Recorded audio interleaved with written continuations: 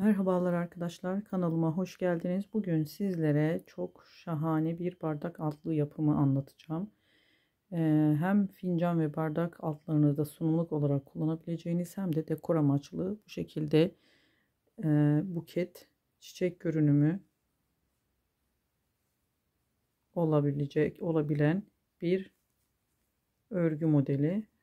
Bakın hemen bu şekilde katlayıp fincanımız veya bardağımızın içerisine koyarak buket görünümü elde ediyoruz. Evet arkadaşlar, bakabilirsiniz. Çok tatlı oluyor. İstediğiniz renkte yapabilirsiniz. İster fincan, ister bardaklarınızda veya kaselerinizde, farklı sunumluklarınızda bu şekilde örerek kullanabilirsiniz. Bunu supla olarak sayılarını çoğaltıp supla modelinde yapabilirsiniz. Çok şık bir model ve örmesi de çok zevkli ve çok basit bir model arkadaşlar. Hemen ben başlamak istiyorum.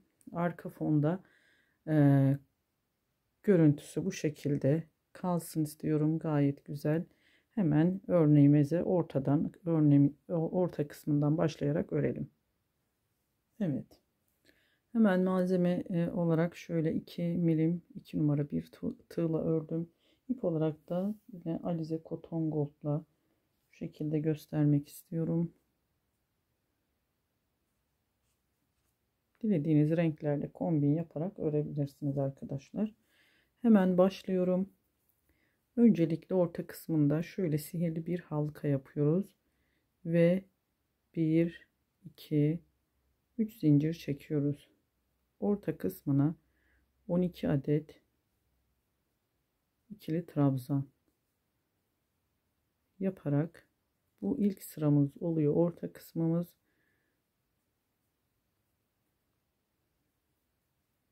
devam ediyoruz.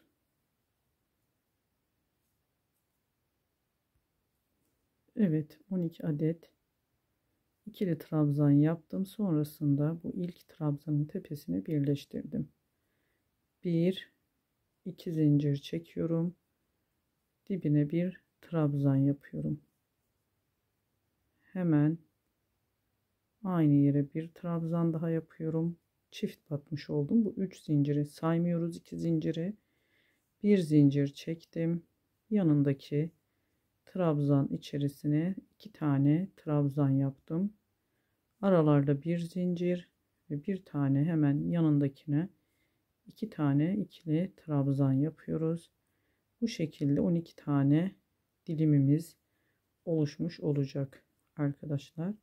Yani 12 arttırma yapıyoruz. Bu sırada çift batarak her trabzan tepesine çift trabzan yaparak sonuna kadar örelim bunu.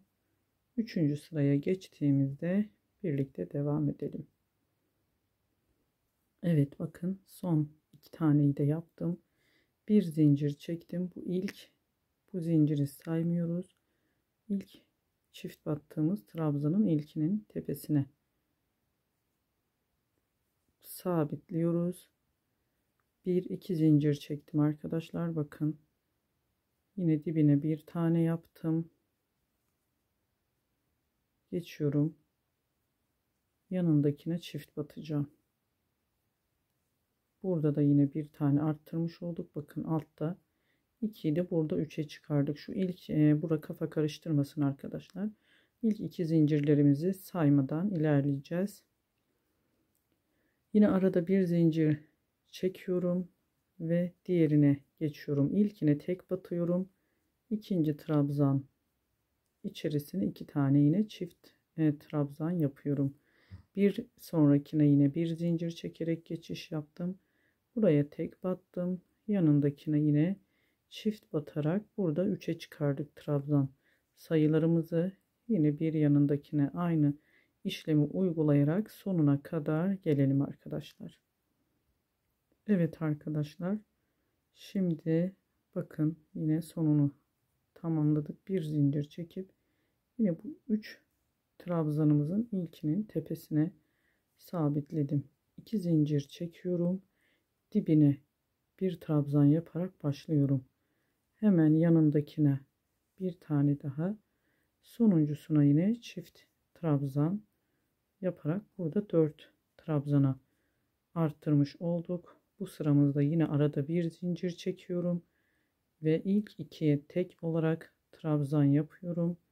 Bakın bunu yaptım. İkincisi tekle, üçüncü trabzana çift batıyorum ve bu sırada bu şekilde iki tek bir çift olarak devam edecek. Sonuna kadar gelelim, ilerleyelim. Dördüncü, beşinci sıramıza geçtiğimizde yine birlikte örmeye devam edeceğiz.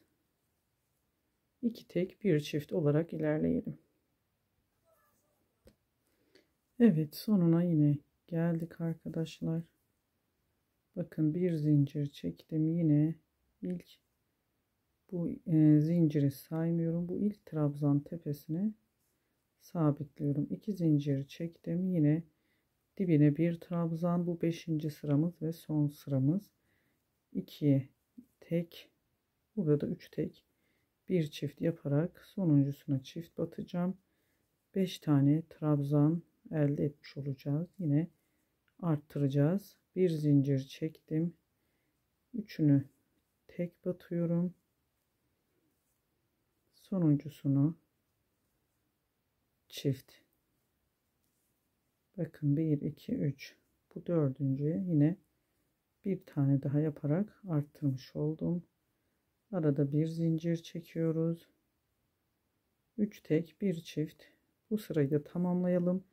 Eğer siz bunu daha dediğim gibi suplu olarak örebilirsiniz. Bu orta kısmını da büyütmek istiyorsanız daha açık, daha büyük bardak veya kase altlığı yapmak isterseniz 3 tek bir çift bu sırayı yaptım. Üst sırada 4 tek bir çift, 5 tek bir çift diye ilerleyip biz iki sıra daha, yani sizin tamamen zevkinize kalmış, elinizin ayarına göre ayarlayabilirsiniz. Eksik de yapabilirsiniz ama bu üst lalelerin geleceği yerleri, sayıları önemli. Şimdi o kısma geçtiğimiz zaman anlayacaksınız. Bu sırayı tamamlayalım sonuna kadar 3 tek bir çift olarak, sonrasında yeşil yaprak kısmına geçeceğiz.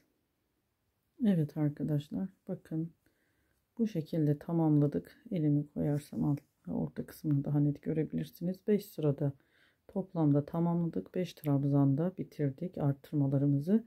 Hemen yeşil ipimi alıyorum. Ben kestim, bunu birleştirip yeşil kısmına geçiş yapacağız şimdi. Hemen burada birleştirirken ipimi kestim yere yeşil ipimi sabitledim. Bir kere aynı yere şöyle bir sık iğne yapacağım. Battığım yere bu şekilde 1 2 3 4 5 zincir çekiyorum. 1 2 tane atlayıp üçüncüye bu ipimizi de arada ilk sıraya sabitleyelim. 1 2 3 4 5 zincir çektim. 1 2 atlayıp üçüncüye, yani şu aradaki bir zincir çektiğimiz zincirleri de sayıyoruz. Bakın 1 2 üçüncü yere sabitliyoruz. 1 2 3 4 5, 1 2 üçüncüye sık iğne ile sabitliyoruz. 5 zincir çektim. 1 2 üçüncüye sabitliyoruz. 1 2 3 4 5, 1 2 3. Bu şekilde sonuna kadar devam edelim. 5 zincirle buraya kadar gelelim arkadaşlar. Evet arkadaşlar, son 5 zincirimi çektim. Yine arada 2 tane kaldı. İlk yaptığım bu sık iğne içerisine sabitledim. İlk sıramız yeşil yaprağımızda bu şekilde. Şimdi ikinci sıraya geçeceğiz.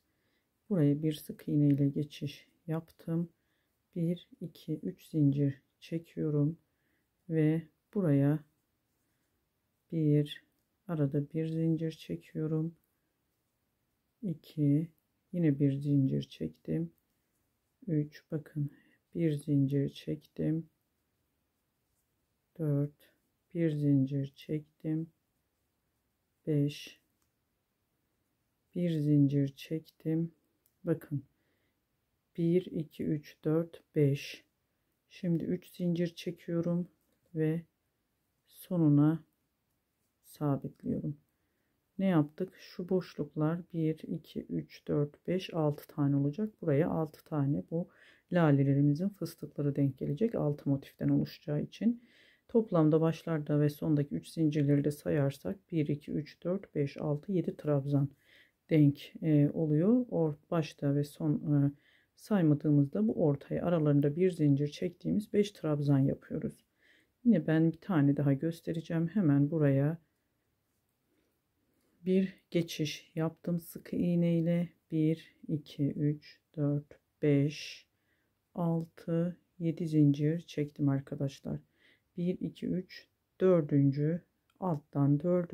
zincirimize bu şekilde bir kaydırma ile birleştirdim. 3 zincir çekiyorum. Buraya bu şekilde bir yaprak yine oluşturdum. Hemen bir sonrakine yine sık iğne ile geçtim. 1, 2, 3 zincir çekiyorum. Yine bunu tekrarlayacağız. Baştakine 3 zincir çekerek aralarda da bir zincir çekerek buraya 5 trabzan, ikili trabzan yapıyoruz. Her seferinde bir zincir çekiyoruz bu arada yaptığımız trabzanların arasında. Çünkü tomurcuklarımız olacak o aralara bakın. Yine başta çektiğim 3 zincir 1, 2, 3, 4, 5. 5 de trabzanımız oldu. Yine 3 sonunda çekiyoruz ve birleştiriyoruz arkadaşlar. Ayrıntılı görmek isteyenler tekrar bakabilir. Kaç adet yaptığımı. Bu aralarda bir zincir çekiyoruz ve yine yanındakine sık iğne ile geçiş yaptım. 2, 3, 4, 5, 6, 7 zincir çektim. Alttan 4. zincire yine bu şekilde bir kaydırmayla sabitledim. 3 zincir çekiyorum. 3 zincir çektim ve yine bu içerisine sık iğne ile sabitledim. Bakın bir bu şekilde bir motif oluşturuyoruz. Bir de arasına böyle bir yaprak. Yine yanındaki bu 5 zincirlik yere geldim. Aynı 3 zincir çekerek buradakini tekrar ediyoruz. Sonuna kadar bu şekilde sırasıyla gelelim arkadaşlar. 12 tane olacak. 12'şer tane. Hem bundan hem bundan sonuna geldiğimizde iki sefer gösterdim. Bir bundan bir bundan bu 5 zincirlik yuvalara yapıyoruz. Ve ilerliyoruz. Sonuna gelelim. Sonra lale çiçek kısımlarına geçeceğiz renkli. Evet arkadaşlar bakın bu şekilde tamamladım ve ipimi ben kestim. Şimdi renkli tomurcuklu kısımlarına geçiyoruz. Hemen burada ben şöyle açık renkli pembe koyu ve açık olarak kullanacağım. İlk şu 3 zincir arasına ipimi sabitledim. 2 zincir çekiyorum. Hemen şöyle tığıma ipimi alıyorum ve bu boşluğa 1, 2, 3, 4 ve 5. 5 tane fıstık yapıp kapatıyorum. Hemen diğer bir boşluğa araya tam geçiş yapıyorum. Aynı buraya da ister dörtlü yapın ister beşli arkadaşlar. İpinizin kalınlığıyla alakalı da siz zevkinize göre yapabilirsiniz. Ben böyle beşli çekiyorum. İpim normal kalınlıkta bir ip. Hemen sadece kapatıp diğer boşluğa araya geçiyorum. 2, 3, 4, 5 kapattım. Bakın bundan 6 tane olacak. 1, 2,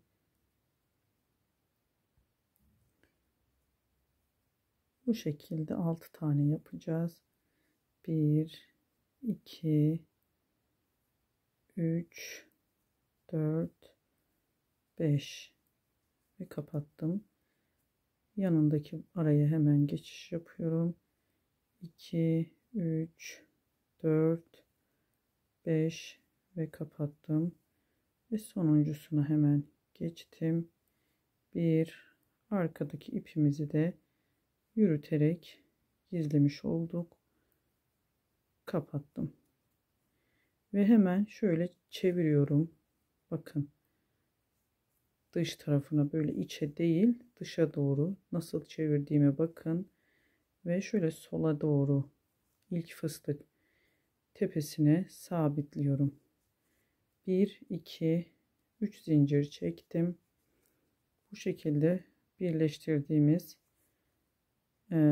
fıstıklarımızın arasına ilk 3 zincir çekerek şu boşluğa bir tane trabzan yaptım. 1 2 3 zincir, direkt içerisine bir şöyle pırpır yapıyorum. Hemen arasına yine bir tane daha aynı yere trabzan yapıp 3 zincirle bu şekilde kapatıyorum ve yanındakine geçiyorum. Bakın 2 fıstık arasına yine trabzan yaparak direkt geçtim.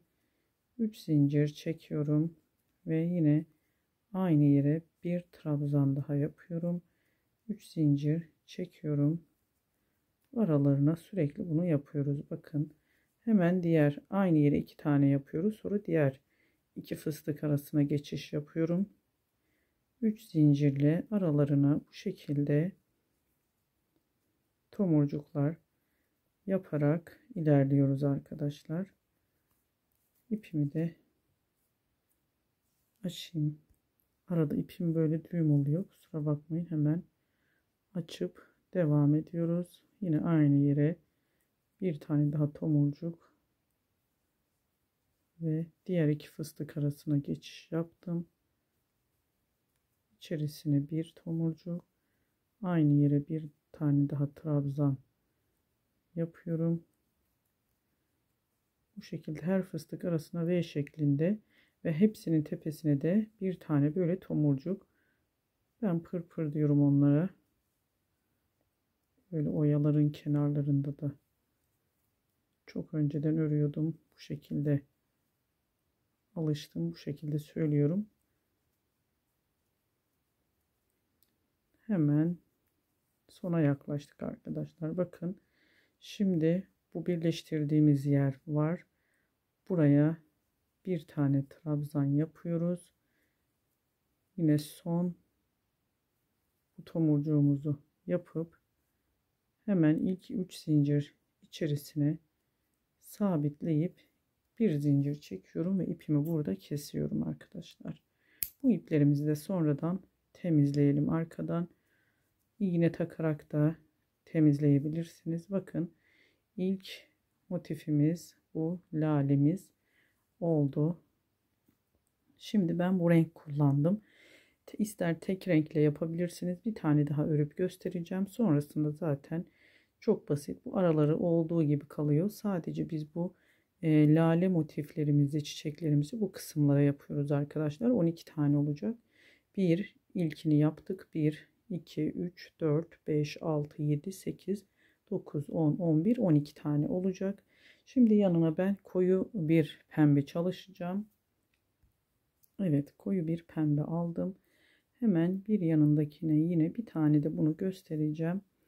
İpimi bu şekilde çok da uzun bırakmayalım. Arkadan yürütmesi zor oluyor.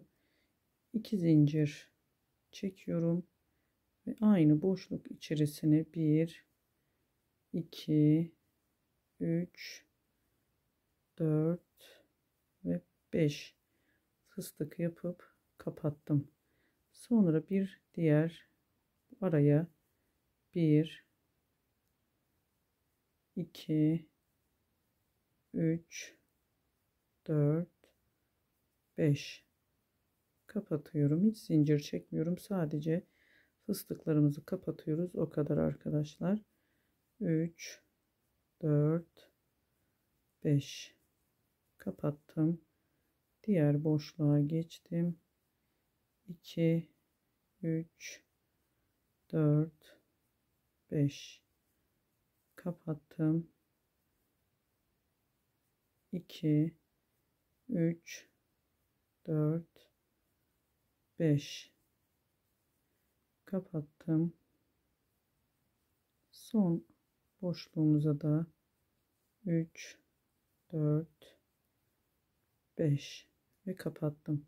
Bu şekilde çeviriyoruz ve ilk fıstık tepesine kaydırma yöntemiyle sabitledim. 1 2 3 zincir çekiyorum.